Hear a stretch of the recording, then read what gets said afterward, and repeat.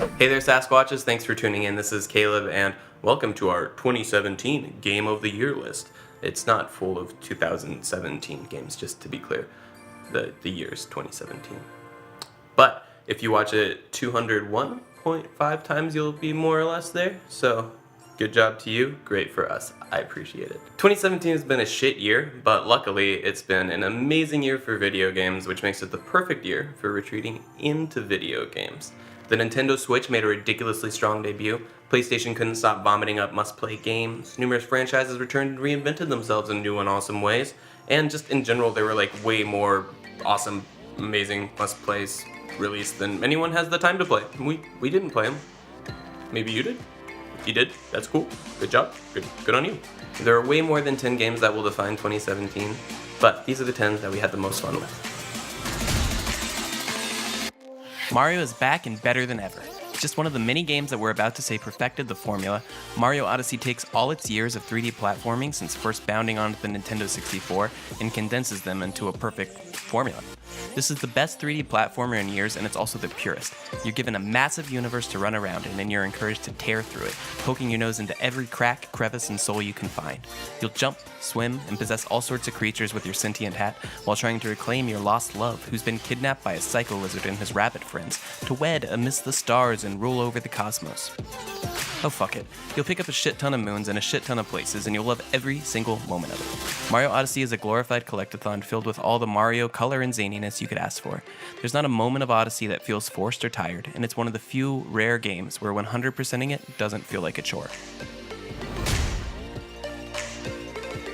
Persona 5 is another landmark game in a year of many, perfecting the JRPG formula and delivering a game with more style and flair than a cat in a chair. The character design, combat animations, art direction, music, even the menus in this game are all stupidly awesome. And that's just on the outside. On the inside, it's an incredibly in-depth and masterfully made game. It's a weird combination of high school life and dating simulators, dark demonic RPGs, Pokemon-style monster collectors, and even espionage games that all somehow manage to complement each other perfectly. Persona 5 also takes the turn-based battle system and makes it quick, fluid, and fun, feeling almost like an action game while retaining its tactical core. Even though the story suffers at points and the game takes upward of 100 hours to complete, Persona 5 is a grand slam of excellence.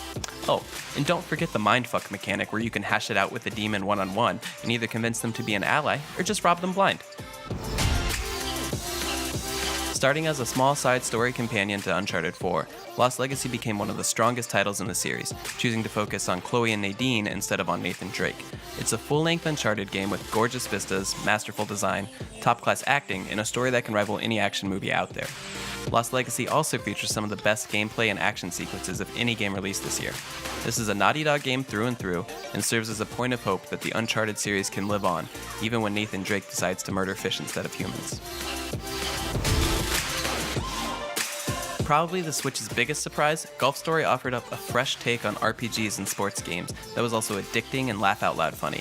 I've never had so much fun hitting golf balls at zombies or buildings or small boys swimming in ponds, but I also never had as much fun just playing normal golf in a video game. For every goofy side quest and fun golf-based minigame that Golf Story will put you through, it also offers a completely solid and addicting golf simulator that'll keep you going back for a few rounds even after you beat the story. Few games have captured emotion or the feeling of living in a small town as well as Night in the Woods does. Even with a cast of cartoon animals, Night in the Woods is a beautiful exploration of depression, anxiety, and all the feelings that come in tow. It's a whimsical adventure with a great sense of humor, but also heart-achingly beautiful and the most human game of 2017.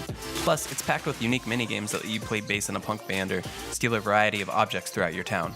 Also, May is pretty much the best character of any game ever, only rivaled by your best dog friend, Greg. Crimes. SteamWorld Dig 2 is probably the most fun game of 2017. It features a perfect gameplay loop of resource mining and character improvement that's dressed up in a lovable Metroidvania meets Dig Dug shell. Even as someone who's not a huge fan of the genre, I couldn't put my Switch down and was constantly itching to go digging through caverns to search for gems so I could upgrade my jetpack. Having it on handheld is the perfect fit, allowing you to jump in and farm for a few minutes at a time without having to play whole levels or sit through lengthy story segments. If you want to play longer, that works too, as it's easy to lose hours digging tunnels and battling bugs and poisonous goo mounds. The only real downside is that at some point the game has to end.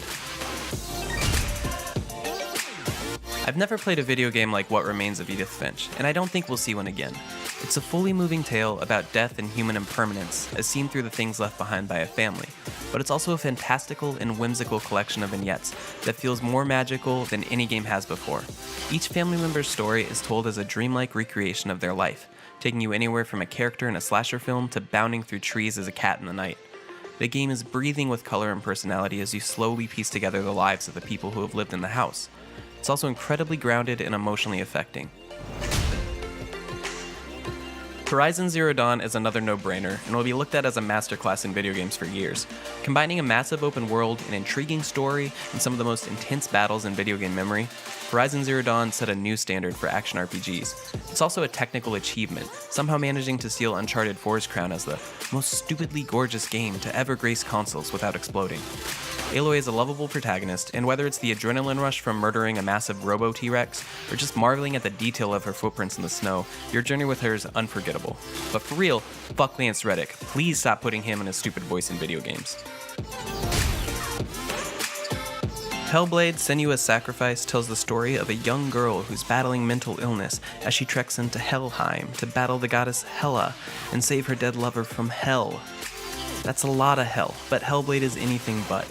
Senua's Sacrifice is a moving and harrowing exploration of mental illness, where every inch of the game feels painfully crafted. From the jaw-dropping visuals and audio design to the completely engrossing story and the acting that accompanies it, Ninja Theory blurs the definition of what exactly a AA developer is and what caliber of games you can expect from them.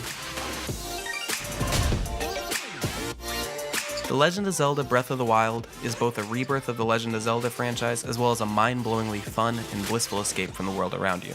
The Legend of Zelda has always been about freedom, exploration, and the adventures along the way, and Breath of the Wild purifies and refines everything we thought we knew about those concepts in video games.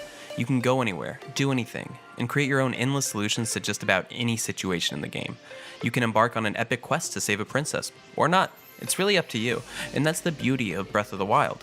Once you add in its inventive physics and mechanics, the stunning art and world design, the ever unique and thoughtful puzzle shrines, or even just the simple act of jumping off of anything with a hang glider, The Legend of Zelda Breath of the Wild is a no-brainer for Game of the Year, and likely this generation. Well, that does it for 2017, but thanks for watching and we hope to see you in 2018. Stay tuned for tons of new video content, podcasts, and more, all courtesy of Sasquatch Armada.